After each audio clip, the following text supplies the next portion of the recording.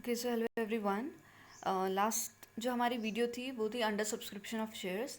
I hope वो आपको clear हो गई होगी। आज की वीडियो में हम ओवर सब्सक्रिप्शन ऑफ शेयर्स पढ़ेंगे, right. Under subscription of shares में आपको पता है, जब हम लोगों को जितना हम लोग सब्सक्राइब करना चाहिए था पब्लिक को, ठीक है, सब्सक्राइब उतना नहीं करती है पब्लिक, उससे कम करती है, तो वो आपका क्या है, अंडर सब्सक्रिप्शन ऑफ शेयर्स। और ओवर सब्सक्रिप्शन में क्या हो जाएगा, जब पब्लिक ज़्यादा सब्सक्राइब करे, ठीक है, बहुत ज़्यादा अप्लाई करे पब्लिक आपके शेयर्स के लिए, लेकिन आपके पास उतने शेयर्स हैं नहीं, तो यहाँ पे उसको एडजस्ट करना बहुत मुश्किल हो जाता है, ठीक है। तो अब वो देखते हैं हम कैसे करेंगे। एक क्वेश्चन के थ्रू हम देखेंगे। सबसे पहले XYZ limited was registered with a capital of ₹3 lakh, ठीक है, ये उसकी कैपिटल है। Divided in 30,000 shares of ₹10 each, payable as follow, यानी टोटल कैपिटल 3 लाख की है। कैसे क्रिएट हुई, 30,000 के आपके शेयर्स थे और एक शेयर की वैल्यू कितनी है, ₹10। अब उस 10 का हम यहाँ बताते हैं कैसे अलॉट होती है। एप्लीकेशन में ₹2, अलॉटमेंट में ₹3, फर्स्ट कॉल में ₹2 और फाइनल कॉल में ₹3। तो टोटल कितनी हो गई आपकी, ₹10। तो यहाँ पे हम इतना तो क्लियर है कि कोई प्रीमियम या डिस्काउंट नहीं है, जितनी हमारी वैल्यू है उतना ही पूरा अलॉट हुआ है।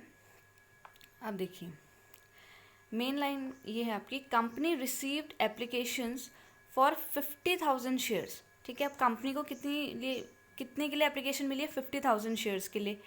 और कंपनी ने वैसे कितनी डिवाइड करी थी अपनी शेयर्स, ₹30 में, ठीक है, इतने के लिए इनवाइट किया था, लेकिन एक्चुअल में कितने के लिए एप्लीकेशंस आई हुई है, 50,000, तो यानी ओवर सब्सक्रिप्शन हुआ है। अब वो हमने अलॉट कैसे करी है, ठीक है, देखिए 10,000 जो एप्लीकेंट्स आई थी उनको हमने फुली अलॉटमेंट दिया है। ये जो 50,000 का हम डिवीज़न कर रहे हैं, ठीक है, जो 10,000 एप्लीकेशन थी उसको हमने पूरा अलॉट किया है। 30,000 जो एप्लीकेंट्स थे उनको हमने रिमेनिंग शेयर्स अलॉट करे हैं, ठीक है।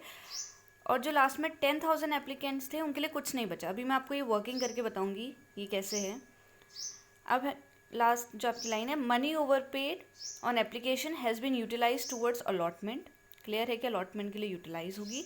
And money return on rejected shares, और जो रिजेक्ट हो चुके हैं उनकी मनी हम रिटर्न कर देंगे, ठीक है। कुछ हम आगे यूटिलाइज करते हैं, एडजस्ट करते हैं, और कुछ मनी जो है हम उसी टाइम पे रिटर्न करते हैं, ठीक है।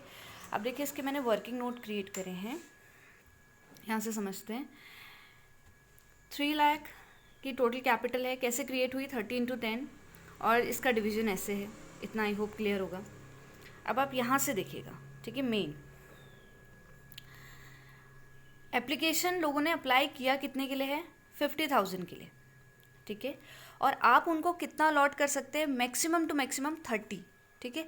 अब आप खुद सोचिए ना, ये मेरे पास पेन है, ये सिर्फ 3 पेन है, और स्टूडेंट्स मुझसे 5 की डिमांड करें, तो मैं दो स्टूडेंट ऐसे होंगे जिनकी डिमांड मैं फुलफ़िल नहीं कर पाऊँगी, राइट। तो सेम ऐसे ही होता है इसमें भी। कंपनी क्या करती है, कुछ शेयर होल्डर्स की डिमांड पूरी नहीं कर पाती है, क्योंकि कंपनी कैपेबल ही नहीं है ना। 30,000 मैं अलॉट कर सकती हूँ आपको शेयर्स, और आप 50,000 के लिए मुझसे डिमांड कर रहे हो, तो इट्स नॉट पॉसिबल, राइट। अब देखिए अलॉटमेंट कैसे होता है। सबसे पहले हमने यहाँ पे क्या बात करी, 10,000 एप्लीकेंट्स को हमने फुली अलॉट कराया, तो 50 में से ये 10,000 है जो एप्लीकेंट्स हैं, इनको हमने 30 में से फुली, मतलब 10,000 को हमने 10,000 दे दिया है, राइट। तो यहाँ पे रिजेक्ट कितने हो गए, 0, ठीक है। तो ये फुली अलॉटमेंट का केस हो गया। अब आप देखिएगा 50 टोटल थे, उनमें से 10 एप्लीकेशंस को हमने क्लियर कर दिया है, तो रिमेनिंग कितने बचे, अभी भी हमारे पास 40 कि लोग इतना डिमांड कर रहे हैं। और अब हमारे पास अलॉट करने के लिए कितना है, 30 टोटल थी अलॉटमेंट की हमारे पास capacity, 10 we have already allotted, remaining is 20,000, right. तो अब हमारे पास क्या होगा, दूसरी स्टेज में जाते हैं। सेकंड स्टेज में क्या बोला है कि 30,000 एप्लीकेंट्स को हमने रिमेनिंग शेयर्स दिए हैं, ठीक है। 30,000 को हमने कितने दिए हैं, रिमेनिंग। अब रिमेनिंग कितने थे हमारे पास अलॉटमेंट करने के लिए, 20, तो हमने 20,000 प्रोवाइड करे। अब यहाँ पे कितना डिफरेंस आया है, 10, यानी 10,000 जो हमारी एप्लीकेशन थी वो हम लोगों ने रिजेक्ट करी है, या फिर हम उसको फुलफ़िल नहीं कर पाए हैं, ठीक है, 10,000 को। अब आप देखो यहाँ का रेशियो क्या बना, 3:2 यानी 3 की उन्होंने डिमांड रखी थी, लेकिन उनको 2 ही मिल पाए, ठीक है। मतलब वहीं 30,000 का जो उनका एप्लीकेशन था उनमें से हमने 20,000 का ही अलॉटेड करवाया है शेयर। तो इसको हम कहते हैं pro rata allotment. Pro rata का मतलब होता है कि जितना आपके शेयर होल्डर्स आपसे एक्सपेक्ट करें, आपके शेयर होल्डर बन चुके हैं, राइट, यहाँ पे वो आपके शेयर होल्डर्स बन चुके होंगे। ये तो आपके हैं ही शेयर होल्डर जिनको आपने फुली अलॉट करा है, इनमें भी ये सारे आपके शेयर होल्डर बन चुके हैं, लेकिन इनकी एक्सपेक्टेशन के अकॉर्डिंग आपने इनको पेमेंट नहीं दिया है, तो उसको हम कहते हैं प्रो राटा, रेशियो बेस के थ्रू इनका पेमेंट होता है। लास्ट वन, अब हमने इसका रिमेनिंग निकाला, तो 40 जो एप्लीकेशंस बचे थे उसमें से हमने अब 30 और हमने क्लियर करें, तो अब कितने रिमेनिंग बचे हैं? 10, ठीक है। और यहाँ क्या हमारे पास अलॉटमेंट के लिए कुछ बचा है? नहीं, अब तो कुछ अमाउंट ही नहीं बची। तो लास्ट वाला देखिए बिल्कुल सही है, 10,000 एप्लीकेंट्स नील, इनको कुछ मिलेगा ही नहीं, वेरी ट्रू। तो ये क्या हो गए? फुली रिजेक्टेड हो गए, जो थर्ड कैटेगरी है हमारी। यहाँ पे भी रिजेक्शन कितना हो गया? 10,000 का। ब्रैकेट के अंदर ये सारे रिजेक्टेड नंबर ऑफ शेयर्स हैं, राइट।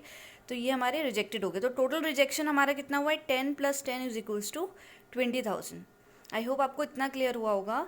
हमने क्या करा, जब ओवर सब्सक्रिप्शन की बात आती है तो हम क्या करते हैं, या तो प्रो राटा बेसिस करते हैं कि जितना उन्होंने एक्सपेक्ट किया उतना नहीं, लेकिन एक सर्टेन रेशियो में हम उनको प्रोवाइड करा देते हैं, या फिर हम फुली रिजेक्ट कर देंगे, ठीक है, या जो नॉर्मल जो ऊपर कंडीशन थी फुली अलॉट हो जाएंगे। तो इतनी वर्किंग आपको क्लियर है, इसको हमने कैसे करा।